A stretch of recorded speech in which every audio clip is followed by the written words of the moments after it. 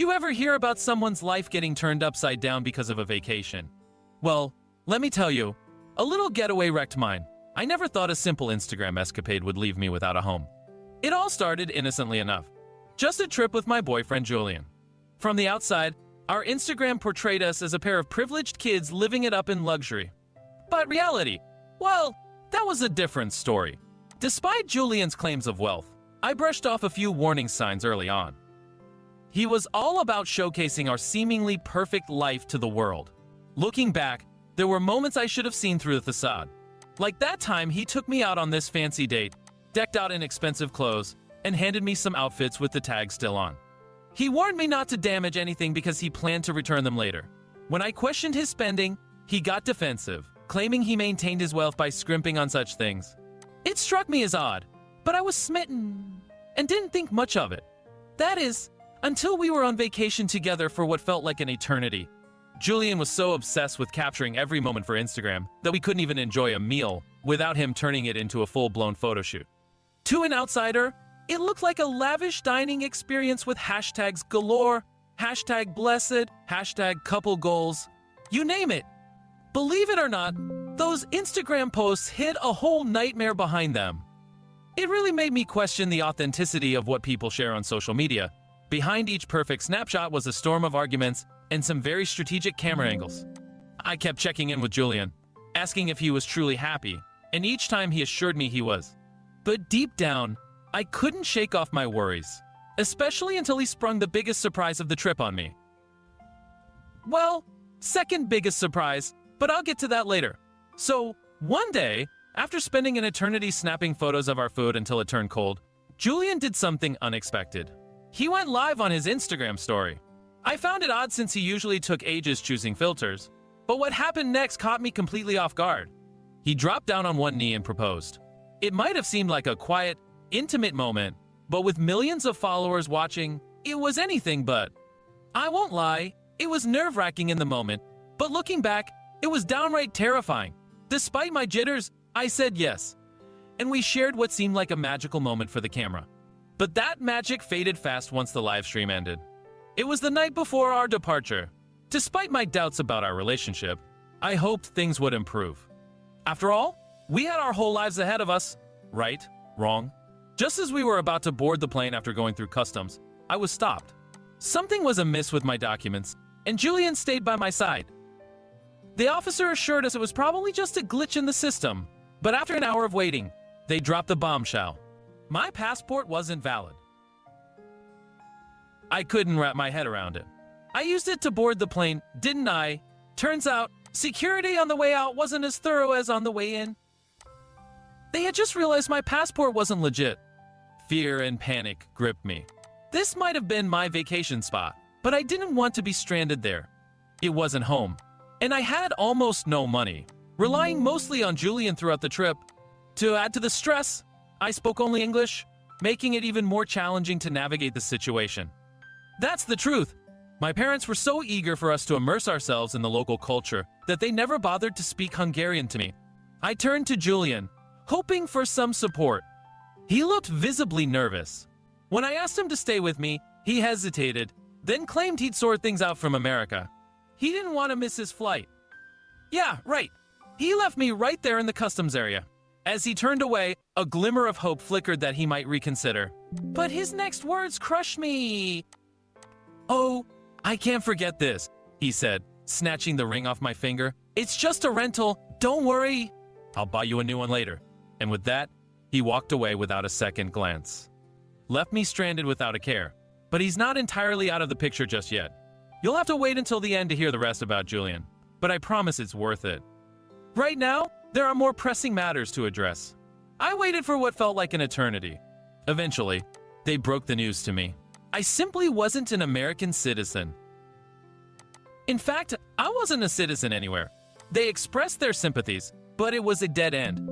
I was stranded with nothing but a few dollars, the clothes on my back, and a dying cell phone. My charger and emergency cash were stashed in my checked luggage, which had already taken off without me. With the last ounces of battery life, I managed to FaceTime my parents and explain the situation. Turns out, they were aware the passport was fake. They had struggled to obtain my real information, so they figured it was a temporary fix. Anger surged through me, and I said some hurtful things I wish I could take back. But before I could retract my words, the phone died. Usually, my good looks could give me a leg up, but the stress of it all, combined with the absence of my usual grooming routine, left me looking far from my best. They handed me a few bags of essentials and sent me on my way. No one spoke English, and I felt utterly lost. Eventually, I found myself camping out in a park, feeling like a beggar, with a grimy cup I'd salvaged from a trash can, hoping for some spare change from passers-by. Initially, I saved every coin I could scrounge up, hoping to call my parents, but our phone line had been cut off, and with no social media to reach them, I felt even more isolated. As money became scarcer, I abandoned the idea of reaching out and focused on simply getting by. On a lucky day, I'd earn enough to trade for a meal from one of the street vendors. Once, I had a stroke of luck when a kid snatched a cup right in front of me. I chased him down, leaping over obstacles and weaving through the crowd until I caught him and knocked the cup from his grasp. He tried to speak to me in Hungarian, but it was all Greek to me. Then, a young girl appeared from behind him, no older than 6. It was clear he pilfered the cup for her.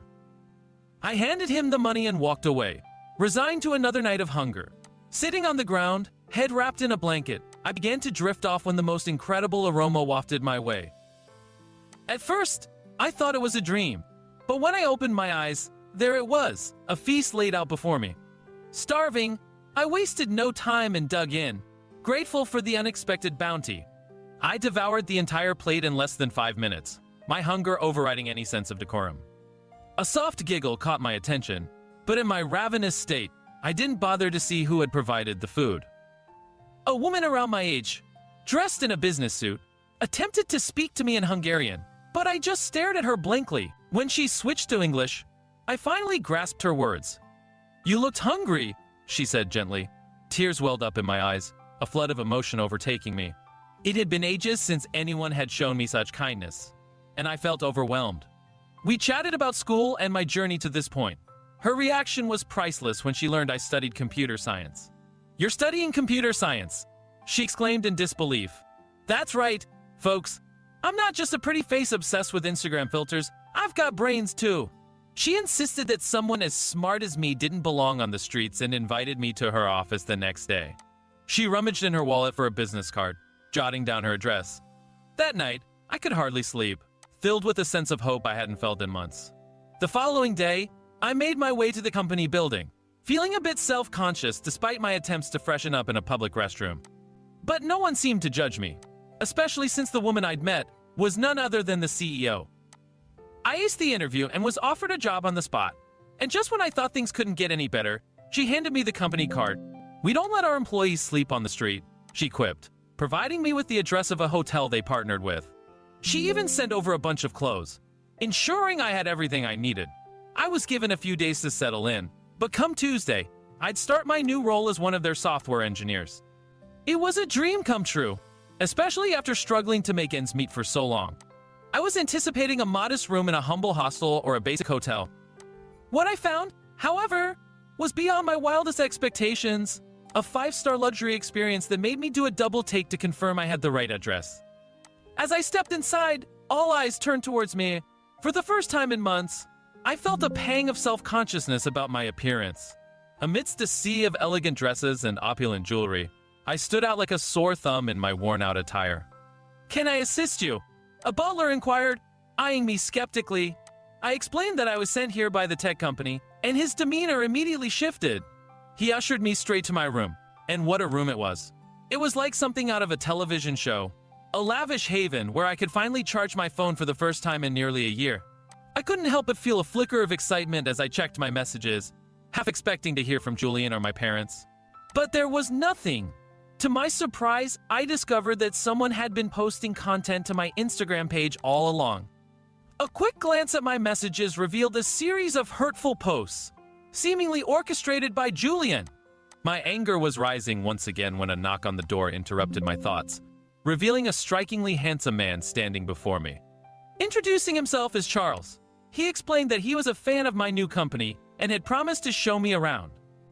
Charles assured me to make myself at home and suggested meeting for breakfast after I had a chance to freshen up and get some rest. I indulged in the best shower of my life. As I looked at my reflection with my hair washed and my face clean, tears welled up once more. It may seem like a small thing, but after feeling invisible for so many months, it was comforting to feel a sense of beauty again. And while I'd like to credit my newfound radiance to makeup and a stunning ball gown, I couldn't help but feel like all eyes were on Charles. I couldn't help but wonder why everyone's gaze seemed fixed on Charles as we settled down for breakfast. "Are you some kind of very important person, guest?" I inquired, curious. With a hearty laugh, he replied, "No, actually, I own the hotel." I was floored. All my preconceptions about the ultra-rich being cold and self-absorbed melted away in Charles's warmth. The more time I spent with him, the deeper I fell for him. How could I not? He had a heart of gold, regularly reaching out to homeless children with meals and patiently guiding me through the intricacies of Hungarian. And on top of his kindness and wealth, he was undeniably handsome. In Charles, I found myself forgetting all about Julian and his deceitful ways. Unlike Julian, Charles never treated me like a mere accessory.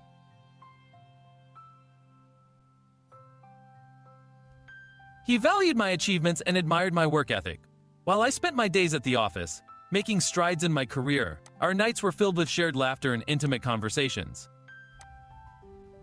Came the day when Charles encountered a major issue with his computer system, and I managed to resolve it in a matter of minutes.